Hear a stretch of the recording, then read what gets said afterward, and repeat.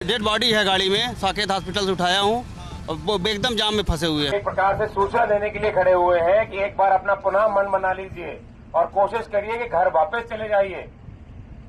जो आगे कटनी की बॉर्डर है वहां पर बहुत ज्यादा जाम लग चुका है। सुबह 4 बजे से हम यहाँ पर रुके हुए हैं।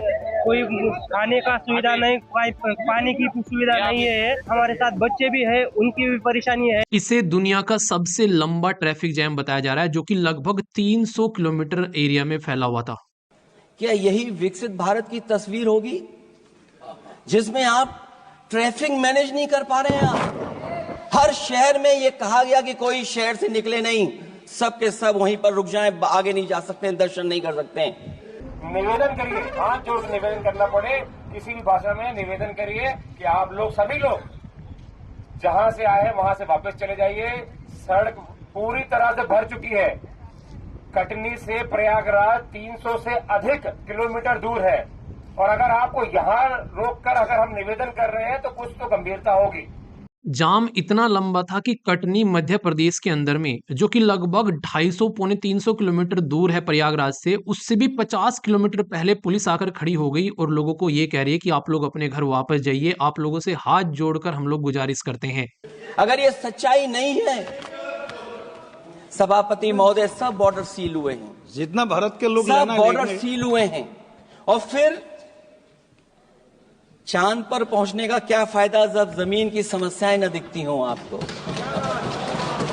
क्या प्रयागराज की ओर जाने वाले लोगों के लिए टोल फ्री होना चाहिए था? इस मुद्दे को अखिलेश यादव जी ने पार्लियामेंट के अंदर में उठाया और यहाँ पर ये बोला गया कि टोल फ्री होना चाहिए था, क्योंकि लगभग 43 करोड़ लोग जो हैं वो ऑलरेडी अटेंड कर चुके थे यहाँ पर, जब प्रयागराज का स्नान है, जब यहाँ पर ये बात पार्लियामेंट के अंदर में उठाई गई। क्योंकि मैक्सिमम जो जैम लगे हुए थे कई जगह, वो टोल प्लाजा के आसपास भी देखने को मिले। वैसे आप लोगों की क्या राय है इसमें? जो श्रद्धालु महाकुंभ में स्नान करने जा रहे हैं, क्या उनके लिए टोल फ्री होना चाहिए था? यस या फिर नो?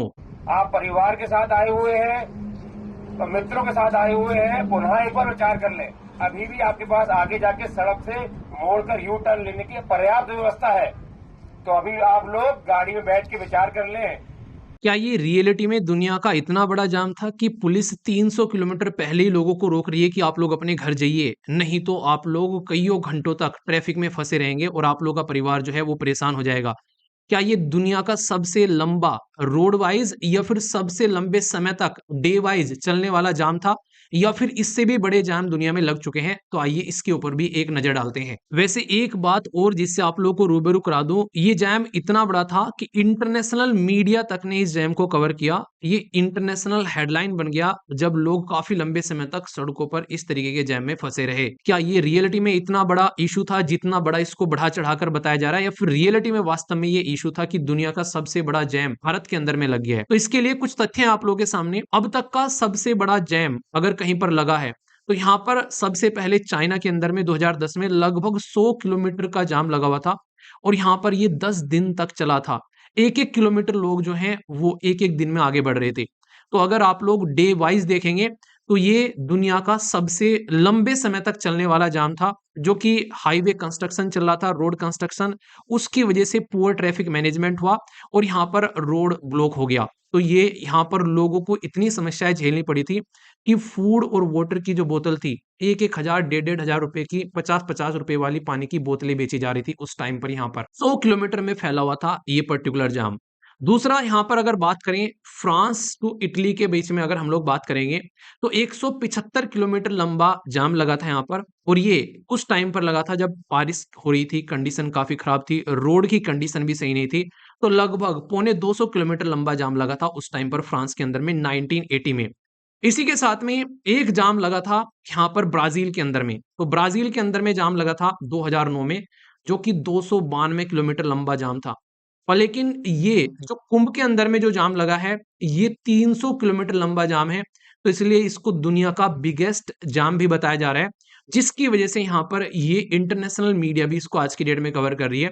और इसमें सबसे इंपॉर्टेंट बात, कई सारे लोग ये कहेंगे क्या सड़क से ही जाना जरूरी है? आप लोग क्या एयर ट्रेवल से नहीं ट्रेवल कर सकते?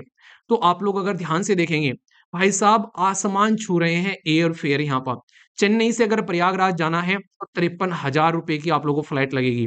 अगर आप लोगों को हैदराबाद, दिल्ली, मुंबई से जाना है तो लगभग 47,000 रुपए आप लोगों को देने पड़ेंगे। बेंगलुरु से जाना है तो लगभग 51,000 रुपए आप लोगों को देने पड़ेंगे। मतलब आसमान टच कर रहे हैं एयर फेयर। अगर कोई यहाँ पर इस जाम से बचकर सोचे कि यार मैं तो हवाई जहाज से यात्रा कर लेता हूँ, तो उधर वहां पर हवाई जहाज वाले जो हैं वो भाई साहब लूटने पर पड़े हुए हैं जनता को। तो क्या गवर्नमेंट को इसको मैनेज नहीं करना चाहिए था कि भाई साहब अगर कोई इंसान ट्रेवल करना चाह रहा है तो ट्रेवल के लिए यहाँ पर किस तरीके से ये व्यवस्था करनी चाहिए थी कि आज की डेट में सड़कों पर लोग घंटों तक खड़े रहे। यहाँ पर बहुत सारे लोग इसमें ऐसे भी थे जो बच्चों को लेकर जा रहे थे। हो सकता है वहां पर किसी को खाने की जरूरत पड़े, किसी को दवाई लेनी पड़े, किसी को वॉशरूम जाना है, टॉयलेट करना है। 48 घंटे तक यहाँ पर जाम में फंसे रहे। तो इस तरीके की सिचुएशन जो है यहाँ पर उस टाइम पर देखने को मिली। श्रद्धा से अपने धर्म और कल्चर को फॉलो करना ये आप लोगों की आजादी है, जो हमारा संविधान भी आप लोगों को प्रोवाइड कराता है।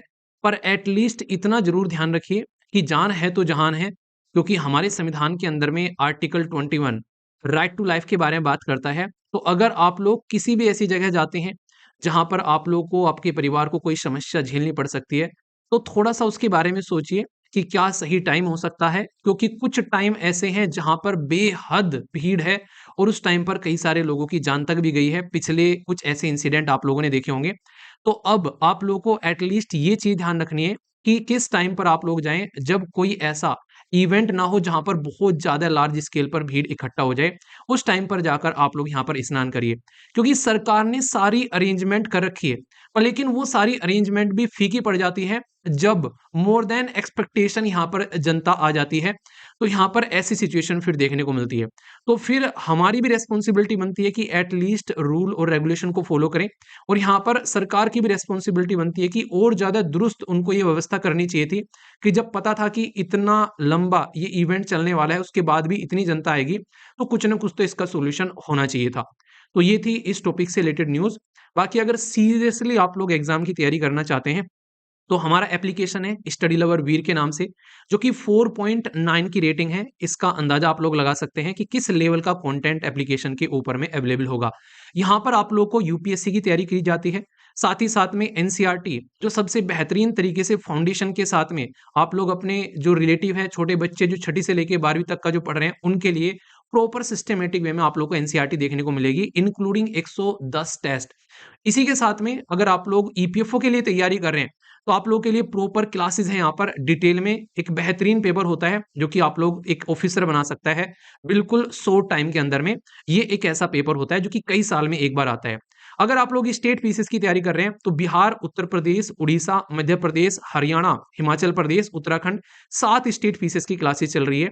एप्लीकेशन प्ले स्टोर से जाकर आप लोग डाउनलोड कर सकते हैं या फिर studyloverveer.in वेबसाइट भी विजिट कर सकते हैं, और इसी के साथ में सारे लिंक वीडियो के नीचे पहले ही कमेंट में आप लोग को मिल जाएंगे, तो आप लोग वहां से जाकर कनेक्ट कर सकते हैं।